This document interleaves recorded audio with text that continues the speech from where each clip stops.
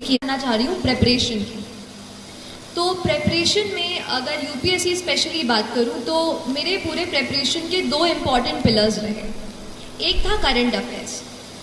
Current affairs इसलिए एक important pillar है क्योंकि ज़्यादातर एग्जामिनेशन आप देखेंगे तो बहुत ज़्यादा आजकल ना डायनामिक होती जा रहे हैं कि वो ये नहीं जानना चाहते कि चलो शाहजहाँ ने बना दिया ताजमहल, वो तो हमें पता है, अब उसकी आगे की बात करो।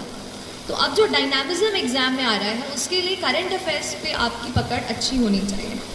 और करंट अफेयर्स के लिए मैंने न्यूज़पेपर को जो है सबसे ज़्यादा अच्छे से पढ़ा।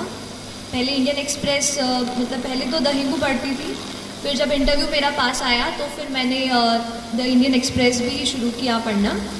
और जो भी आप हिंदी माध्यम में अगर कुछ बच्चे दे रहे हो तो आप उस तरीके के न्यूज़पेपर पढ़ सकते हैं, लेकिन न्यूज़पेपर आप हमेशा पढ़ें क्योंकि न्यूज़पेपर बहुत ज़्यादा अपने आप को चीज़ों को समझने में, हमारे आसपास एनवायरनमेंट में क्या चल रहा है वो पता करने के लिए आपको हेल्प करेगा।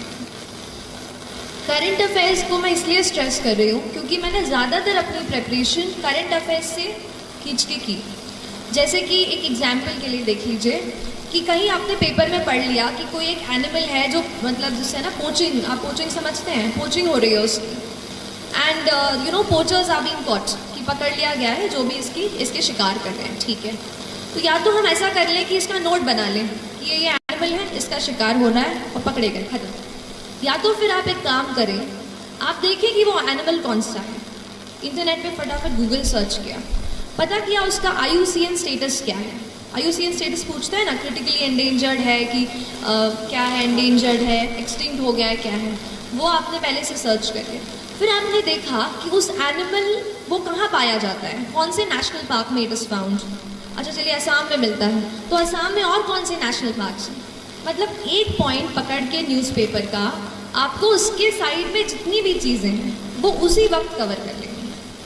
उससे होगा क्या, उस दिन का आपका एनवायरनमेंट का एक सेक्शन कवर हो जाएगा। ऐसा करके पॉलिटी हो गई या फिर जो भी हम जैसे हम साइमल्टेनियस इलेक्शन के बारे में पढ़ते हैं या फिर और भी प्रेसिडेंशियल पार्लियामेंट इलेक्शंस के बारे में पढ़ते हैं, उनसे रिलेटेड जो भी न्यूज़पेपर में आ रहा है फिर आप उसकी और डीप में स्टडी करें।